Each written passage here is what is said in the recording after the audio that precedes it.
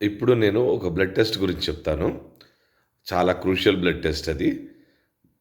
అయితే ఇక్కడ నేను క్లారిఫై చేయాలనుకునేది ఏంటంటే, మెడిసిన్ మాత్రం ఖచ్చితంగా డాక్టర్ గారు ఇవ్వాల్సిందే. కన్ఫర్మేషన్ డాక్టర్ గారు చేయాల్సిందే.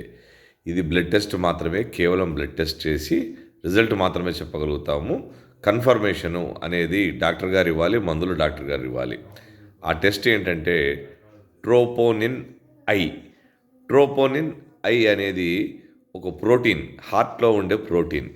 హార్ట్ అటాక్ వచ్చినప్పుడు, మజిల్ డ్యామేజ్ అయినప్పుడు ఆ ప్రోటీన్ బ్లడ్‌లోకి లీక్ అవుతుంది.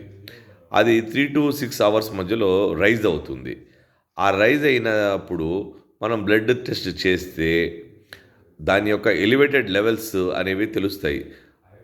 ఎలివేటెడ్ లెవెల్స్ ఉన్నాయి అంటే ఖచ్చితంగా అది హార్ట్ అటాక్. అది ఒక విండో లాంటిదనమాట మనకి. హార్ట్ అటాక్ వచ్చిందా లేదా అని తెలుసుకోవడానికి ఒక విండో అంటే కిటికీ.